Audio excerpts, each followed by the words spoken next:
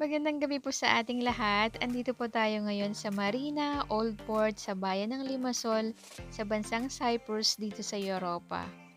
Kung makikita nyo po ay parang ramdam na po dito ang Kapaskuhan dahil kumikinang po ang kapaligiran at medyo malamig na rin po ang simoy ng hangin.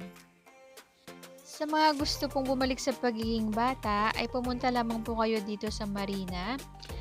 Bukas po sila tuwing gabi. So, kapagka sapit ng gabi, pumunta na po kayo sa Marina.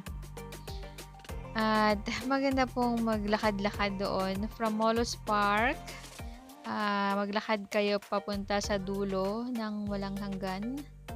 And then, makikita nyo na po ang naggagandahang mga rides. Mag-enjoy po kayo. At meron po ditong Ferris wheel, octopus, roller coaster, at marami pang iba.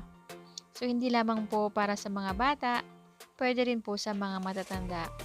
As long as wala kang sakit sa puso, hindi ka high blood, at syempre may pera kang pangbili ng kanilang token para makapag-rides ka. So, ano pang inaantay nyo? Tara na! Nasubukan na namin kanina yung pagsakay sa octopus at oh my! Grabe! Nakakatakot! At masaya, masaya. Nag-enjoy talaga kami. Parang humiwala yung espiritu ko sa aking katawan habang pataas pababa ang mga galawin ng mga octopus na yan. Tapos, parang naubos na rin yung energy ko kakahawak ng maigi para hindi lang lumipad. Lumipad sa lapaap. So, yeah, nakaka-enjoy talaga guys. Try nyo. First time ko sumakay sa octopus na to.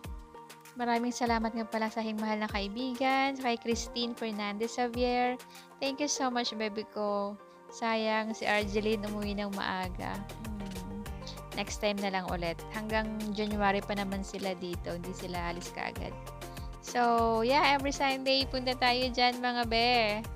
At magwi-winter season na naman po dito. So, kailangan na naman namin ng mga kapal na kasuotan at ng kayakap.